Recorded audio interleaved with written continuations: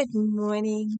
I thought I had a new way of doing this, and I can't find my HDMI cord. Of course, then I have to figure out how to actually use the HDMI cord.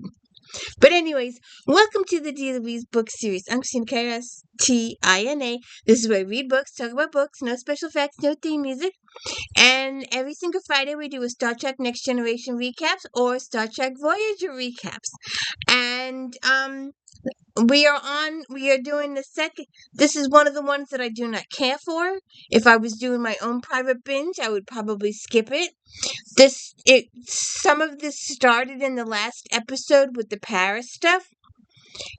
This is the Paris proposed to be an enemy or traitor thing to find out who the real traitor is. And I think they do this one more time in the series. I don't remember. But I do not like this. I do not like this at all. But we shall get through this.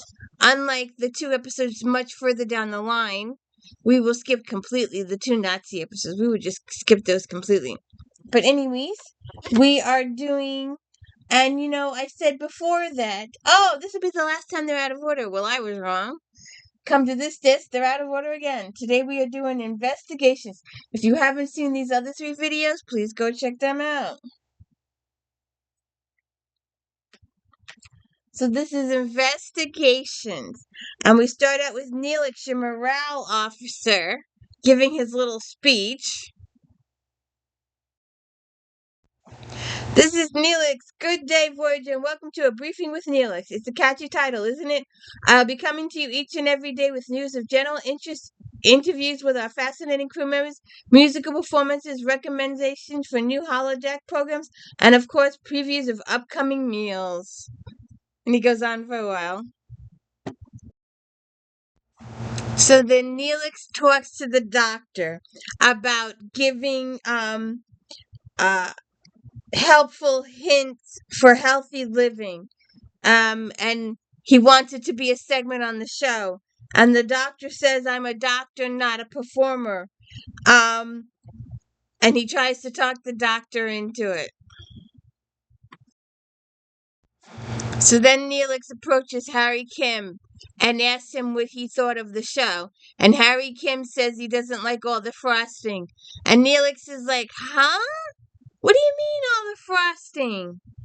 And Harry says, recipes, music, jugglers, it's sort of like a steady diet of dessert, which is fine. Pretty soon you want some meat and potatoes. You do? When I was in school, I was editor of the Academy newspaper for a year. I monitored subspace transmission. I got reports on some of the first activity by the Marquis against the Cardassians. I wrote an editorial about it, and students became polarized on the issue. They dated the pros and cons and gained an insight in the entire story of the political rebellion. Now that's the power of journalism. What did your professor say when you told them you were going to publish the editorial? I didn't tell them. It's the job of the journalist to be independent. I'm like, okay. Then one of Nelix's friends gives him a heads up that they're coming to see Voyager because someone on their crew wants to leave Voyager. So then Nelix goes to Janeway. Janeway's like, how did you hear this? He says, an old friend. So Janeway calls Tuvok in, and they tell him that Tom Paris has asked permission to leave the ship, and she's given the permission to her best pilot to leave the ship. You know there's something going on there. And way back in the day, you knew he wasn't leaving the show.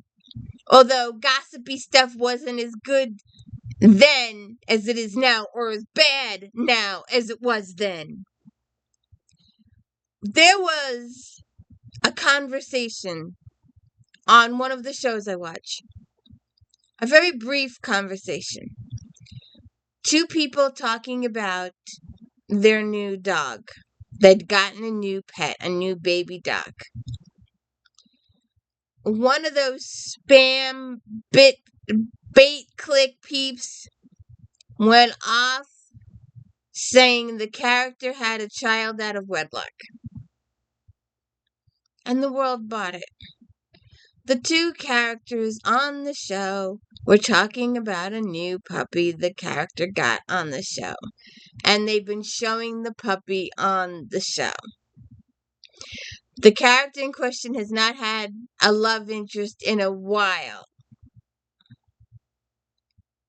but the bait clickers took off with it. So, now that we went off in left field. But you know this is not. You know there's something wrong here. So then Nelix goes to talk to Paris about his decision to leave the ship. And Paris is pretty firm on it. What we all suspect is that he's going to go work undercover. And this is just his cover. And he's got to convince the crew that this is what it is. I don't like it. So then the doctor contacts Nelix. I want to discuss the details of my participation on your program. I've been giving it a great deal of thought, and I've come up with a number of ideas I think you'll find quite intriguing. Well, that's good news. I'm delighted you've decided to become a contributor, but I'm afraid I don't have time to discuss it right now. But I'm already prepared today's topic, how to keep your nostrils happy. That's fascinating, but I'm afraid I've got a more important story.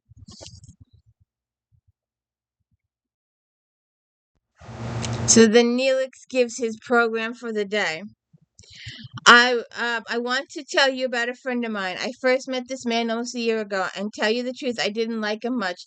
He seemed a little too cocky, a little too sure of himself. A lot of people had questions about him. He'd proven he'd be pretty much sell himself out to the highest bidder, go wherever the wind blooms. So people wondered, could you trust this person when things got tough? Would he stand by side with you, or would he let you down when you needed him most? But the fact of the matter is, he proved himself right from the beginning. I wouldn't be alive right now if it weren't for him, and the same goes for many of you. It took me a while to realize that a lot of people I got caught up in first impressions to see the truth that was right in front of me. I overlooked his bravery because I was focusing on his brashness. I ignored his courage because I saw his arrogance, and I resented his friendliness because I mistook it for litigiousness. So while this man proud to say that in spite of my narrow-mindedness, Thomas Eugene Paris became my friend, I am going to miss him. And he tells the whole crew he's leaving. So then Tom says his tearful goodbyes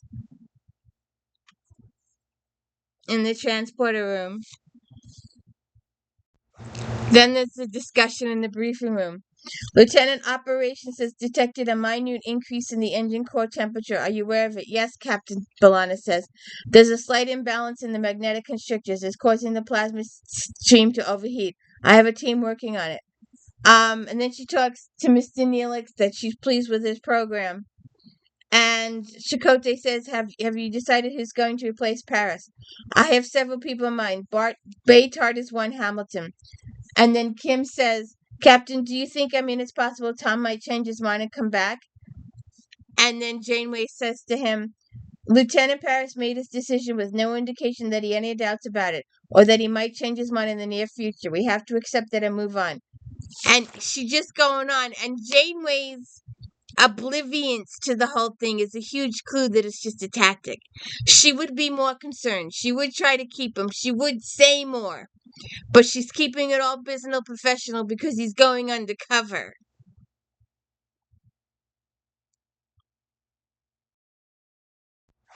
So our trader is still messing with the ship, and B'Elanna is alerted to a problem, and she goes to check it out. And Nelix, being the newspaper reporter, follows her. The constrictors have lost alignment. The plasma stream is way too hot. It's starting to infect the valves.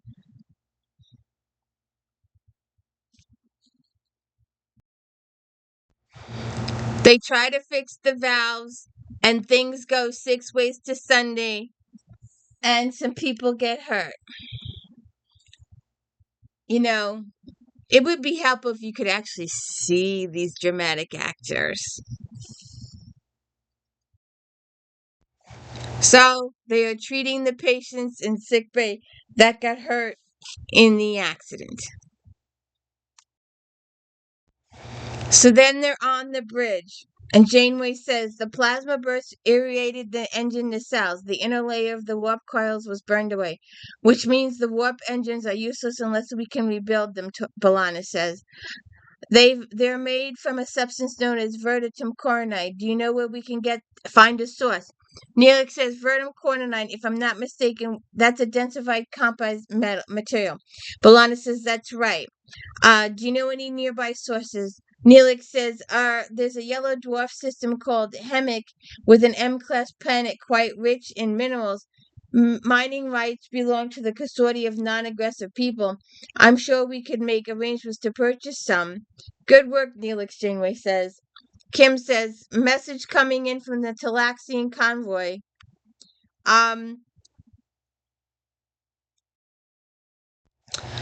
They were attacked by the Kazon. Surprise, surprise. And Tom Paris was taken as a prisoner. Surprise, surprise. He's not being held captive. He's not tied down. He's allowed free roam of the ship. Do you suspect there's something up here?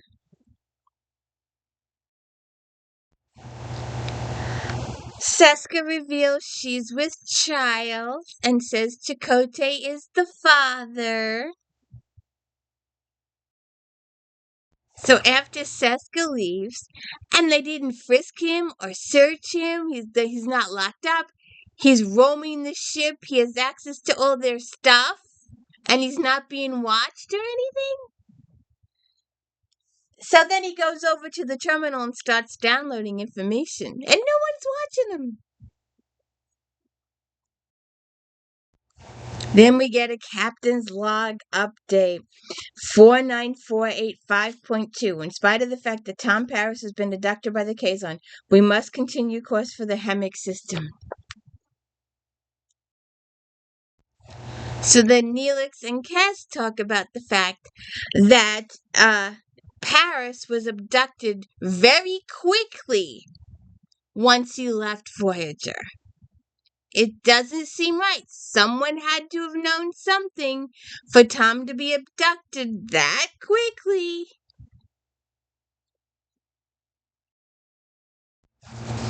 So then Nelix goes to talk to B'Elanna, and she's busy doing stuff.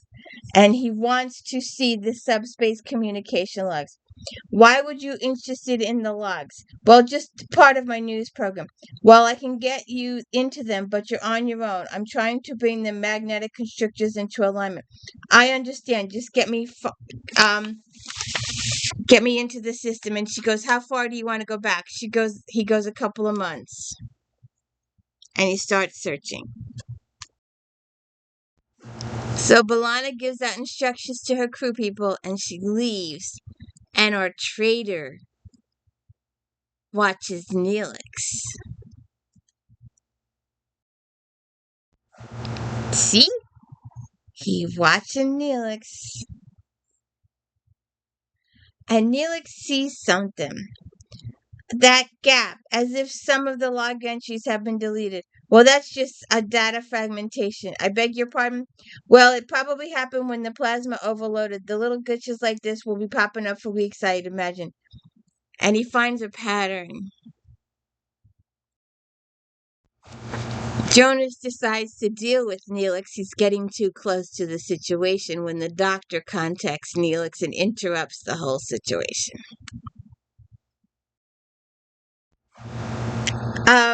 You again neglected to include me in your news program, the doctor says. If you remember, I was to have 2 segments today because I was excluded yesterday. That's right. I've been so preoccupied with this other matter. So he has to go see the doctor.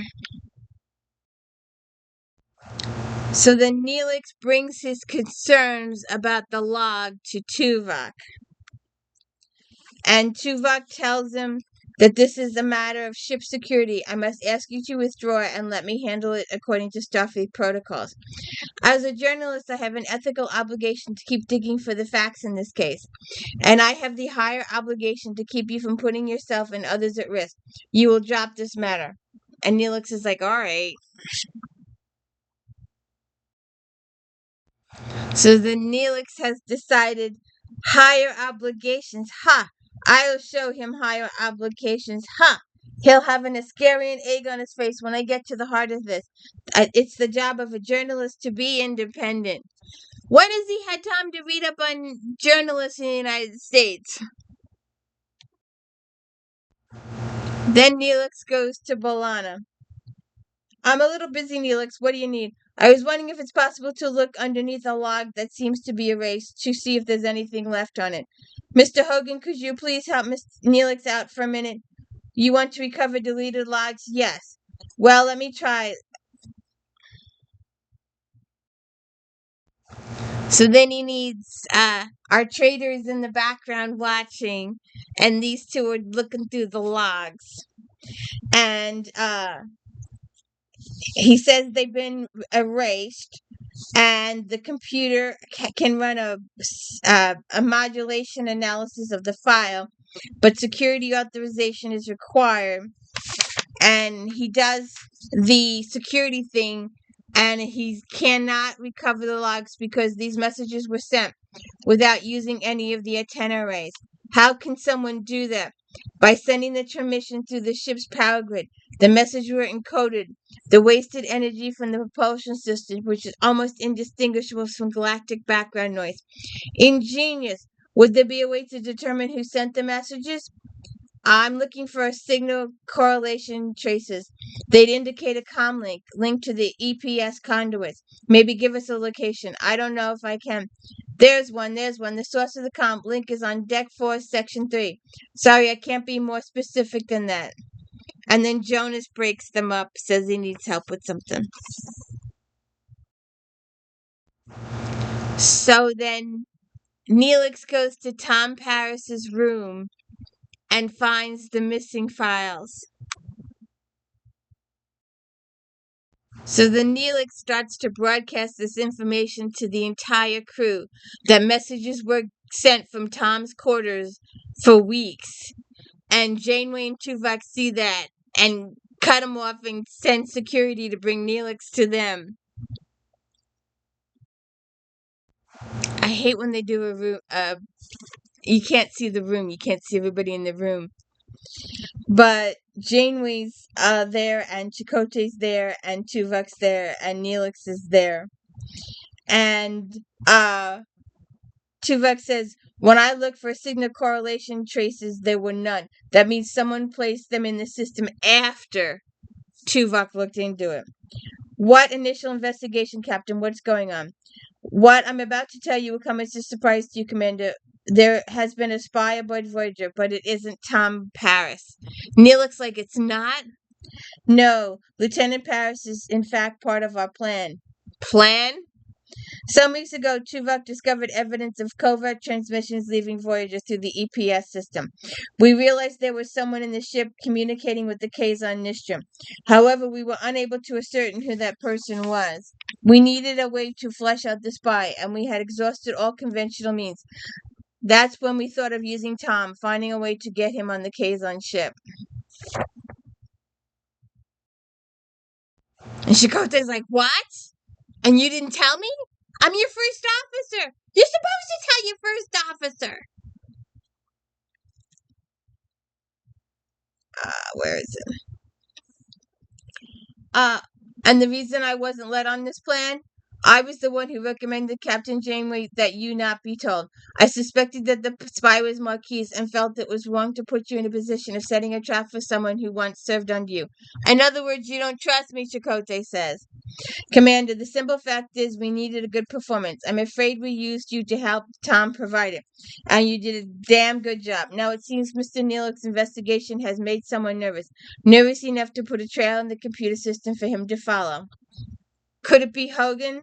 "I don't think so. He was just the person walking by who Lieutenant Turris asked me to help. The spy may be a little cozy now since you took the bait and pointed the finger at Tom, Janeway says. But I don't want him cozy. I'd rather him feel some pressure. Perhaps we take advantage of Mr. Nelix's unintentional blunder, Tuvok says. Exactly. I want you to keep investigating, Nelix. Do what you've been doing. Poke around, ask questions. But let people think you're not so sure you were right about Tom Paris. That would put Nelix in a potentially dangerous situation. We would keep an open comm linked to you all hours. My security team could act immediately if anything would happen to you. Nelix, this is Valentine. Oh, undercover? I'm going undercover? Yes! Yes, I'm Nelix. I'm the helpful guy. I'm going undercover. Seska and crew catch Mr. Paris. Not good.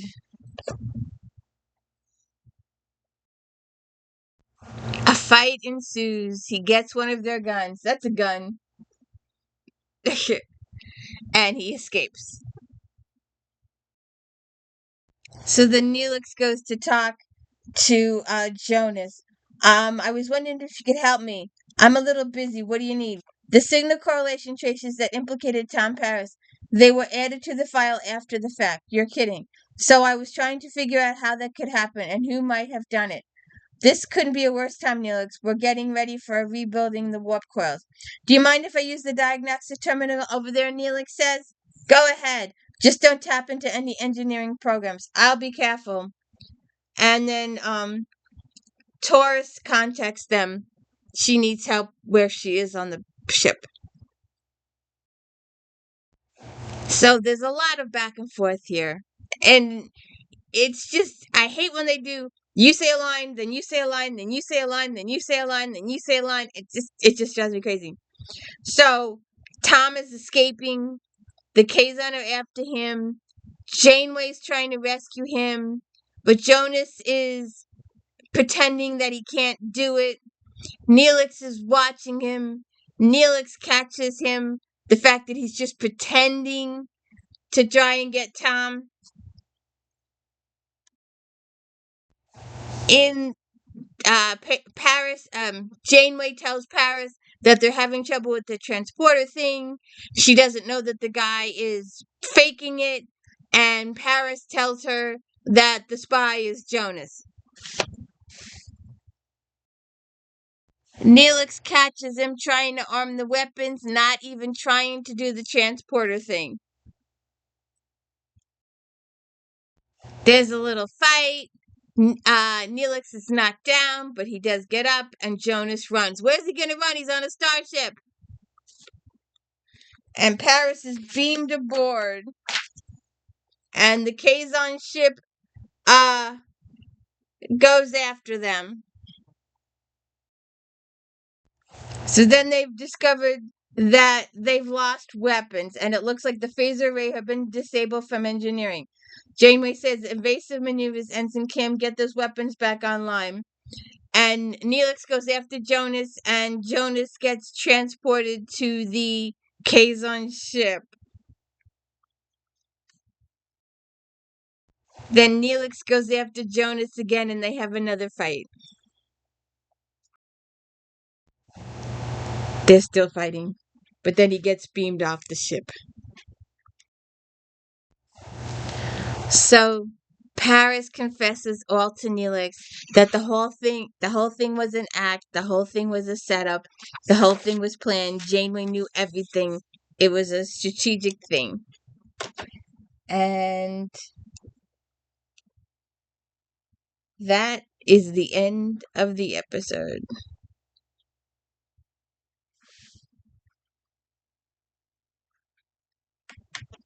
So now we've got to get to a new disc and a new set of episodes. Don't forget to watch If Then later this afternoon. JD Rob Couch Spoils tomorrow. Unboxing on Sundays. And then Flashback Mondays. If anybody has any ideas for Flashback Mondays, let me know. We're slowly catching up to the present, and we can't do Flashback anymore.